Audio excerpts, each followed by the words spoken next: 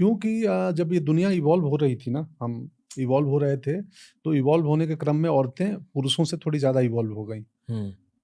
मैंने मतलब अगर मान लें कि हम बंदर से आदमी बने हैं, जी। तो मर्दों के बनिस्बत औरतों के पूंछ 500-600 1000 साल पहले गायब हुए होंगे। इवॉल्व हमसे ज़्यादा हैं। जी। एक आर्कियोलॉजिस्ट आए थे शो पे, अजय अच्छा। प्रभाकर नाम के। हाँ। उन्होंने बहुत कुछ बताया आर्कियोलॉजी के बारे में, और ये वर्ल्ड वाइड आर्कियोलॉजिस्ट है, मतलब हर जगह डिगिंग करी है, इंडिया में भी डिगिंग करी है। तो हर पॉडकास्ट से मैं एक चीज़ सीखता हूँ हमेशा। मुझे पता नहीं आपसे आज क्या सीखूंगा, पर हाँ। हर पॉडकास्ट में से एक लर्निंग मुझे मिलती है।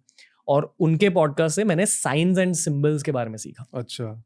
साइंस एंड सिंबल्स बेसिकली हमारे पूर्वजों के चिट्ठियां हैं चिट्ठियाँ। हमारे लिए। Yes, yes. और तो मैंने उनसे पूछा कि दुनिया भर के पूर्वज क्या कह रहे थे हमें अक्सर लगता है कि ह्यूमन हिस्ट्री सिर्फ क्या 10,000 साल 15,000 साल पुरानी है, पर ये सच नहीं है। 3 लाख साल से ज़्यादा उससे पुरानी भी है। ज़्यादा पुरानी। और बहुत सारी हिस्ट्री हम खो चुके हैं, हमें पता भी नहीं कि हमारी एक्चुअल हिस्ट्री क्या है। स्कूलों में हमें सिर्फ बंदूकों के बारे में सिखाया जाता है, जो पिछले 100 सालों में हो उसके बारे में सिखाया जाता है। पर हिस्ट्री को अगर आप एक लंबे नज़रिए से देखें तो और बहुत कुछ चीज़ें, मतलब बहुत सारी चीज़ें छिपी हुई है। तो उन्होंने कहा कि साइंस एंड सिंबल्स का बहुत महत्व है लॉन्ग टर्म हिस्ट्री में। और हर सिविलाइजेशन ने हमें एक ही बात बोली, 2 बातें बोली। पहली बात बोली कि प्रकृति का ख्याल रखिए, हाँ। नेचर का ख्याल रखिए, नेचर के पास रहिए। और दूसरी चीज़ है, थोड़ी अजीब चीज़ है, पर दूसरी चीज़ कि सोसाइटी मैट्रियार्कल होनी चाहिए। मतलब हम एक ऐसे युग में जी रहे हैं जो पेट्रियार्कल है। हाँ। मुझे पता नहीं पेट्रियार्कल और मैट्रियार्कल मैं हिंदी में कैसे समझाऊंगा, तो वो आप कर दीजिए। मातृसत्ता बोलते हैं मैट्रियार्कल को। मातृसत्ता की सत्ता माँ का हो, हम्म। और पितृसत्ता पेट्रियार्कल है, जहाँ सत्ता पिता के हो। हम्म। अभी हमारे घरों में सत्ता पिताओं की होता है, हमारे समाज में सिवाय लगभग, केरला। सिवाय नॉर्थ ईस्ट में भी है मातृसत्ता है। कि वहाँ नॉर्थ ईस्ट में शादी के बाद लड़की विदा नहीं होती है, लड़का विदा होता है। मातृसत्ता। मातृसत्ता। आपकी क्या राय है मातृसत्ता को लेकर? बिल्कुल, बिल्कुल होना चाहिए। क्यों? क्योंकि जब ये दुनिया इवॉल्व हो रही थी ना, हम इवॉल्व हो रहे थे, तो इवॉल्व होने के क्रम में औरतें पुरुषों से थोड़ी ज़्यादा इवॉल्व हो गई। मतलब अगर मान लें कि हम बंदर से आदमी बने हैं, जी। तो मर्दों के बनिस्बत औरतों के पूंछ 500-600 1000 साल पहले गायब हुए होंगे। इवॉल्व हमसे ज़्यादा हैं। जी।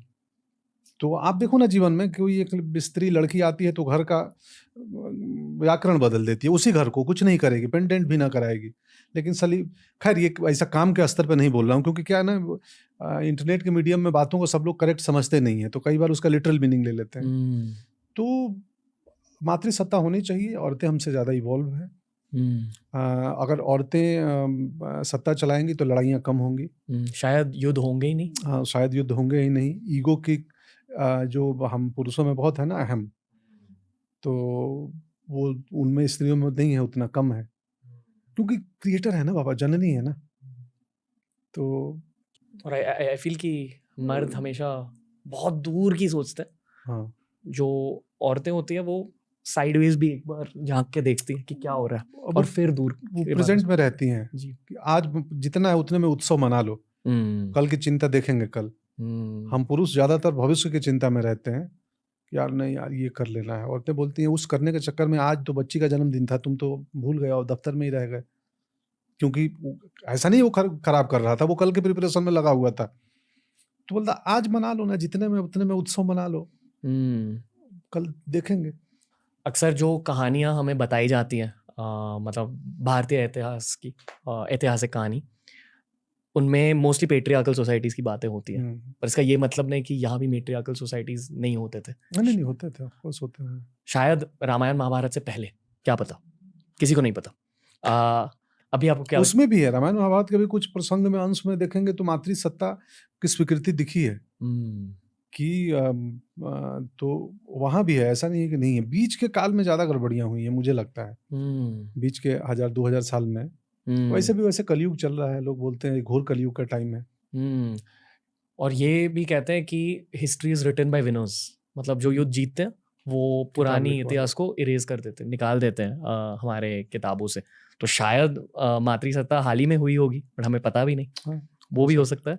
बट बदल रहा है, अभी वक्त बदल रहा है, अभी स्त्रियां हर फील्ड में टॉप पे जा रही हैं। इसीलिए जब गुंजन सक्सेना जैसी फिल्म मिलती है तो मुझे लगता है कि यार बरेली की बर्फी में मैं वैसे रोल्स करता हूँ जो पिता बेटियों को बहुत स्वतंत्रता देता है, भरोसा करता है। जी। गुंजन सक्सेना के पिता अनूप सक्सेना बोलते हैं चलो बेटा जो हमारे हाथ में करते हैं, दौड़ो कुछ करो, हाइट कब क्या करेंगे, 1-2 सेंटीमीटर का फर्क है। तो मुझे वो रोल बहुत भाते हैं। आप देखेंगे कि मिमी में कृति सेनन के साथ गुंजन सक्सेना, और तीसरी कौन सी फिल्म, बरेली की बर्फी, सब में मेरे जो मेल है ना, मेल कैरेक्टर्स मेरे हैं ना, वो Feminist. Out of the way जाके अपने आसपास की महिलाओं की मदद करते हैं और उनके लिए खड़ा होते हैं, और वो